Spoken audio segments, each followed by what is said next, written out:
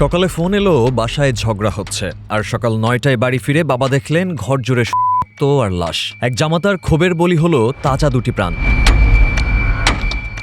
রাজধানীর কলাবাগান থানার কাঁঠালবাগানে পারিবারিক কলহের জেরে ঘটে গেল এক নৃশংস হত্যাকাণ্ড। জামাতার হৃদয় ওরফে শিপনের নির্মম আঘাতে প্রাণ হারিয়েছেন 21 বছরের স্ত্রী ফারজানা বেগম এবং 38 বছর বয়সী শাশুড়ি ফিরোজা বেগম।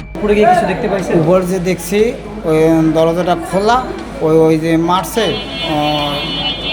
কায়তে শুতে চালিদের টাটু এরম দেখা থাকে না, এরম থাকে না, সেই অবস্থায় মুখটা ওই ফোন কাউন্টি টাকা।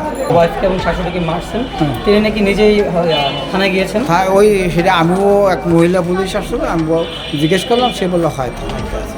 শরীয়তপুরের গোসাইরহাটের দিনমজুর ফারুক হোসেন খবর পেয়ে সকাল 9টায় বাসায় ছুটে আসেন, কিন্তু ততক্ষণে সব শেষ। ঘরের মেঝেতে রক্তাক্ত অবস্থায় পড়ে আছে মেয়ে ফারজানার নিথর দেহ, আর পাশেই মৃত্যুর সাথে পাঞ্জা লড়ছেন স্ত্রী ফিরোজা। ঝামেকে নিয়ে গেলেও শেষ রক্ষা হয়নি তার। ঘটনার পর ঘাতক শিপন নিজেই থানায় গিয়ে আত্মসমর্পণ করেছেন। কলাবাগান থানার ওসি ফজলে আশিক জানান, অভিযুক্ত শিপন বর্তমানে পুলিশ হেফাজতে রয়েছে। ঠিক কী কারণে এই নৃশংসতা তা জানতে তদন্ত চলছে। পারিবারিক কলহ নাকি অন্য কোনো ক্ষোভ? কি এমন ঘটেছিল যা কেড়ে নিল দুটি তরতাজা জীবন? সেই প্রশ্নই এখন ঘুরছে সবার মনে।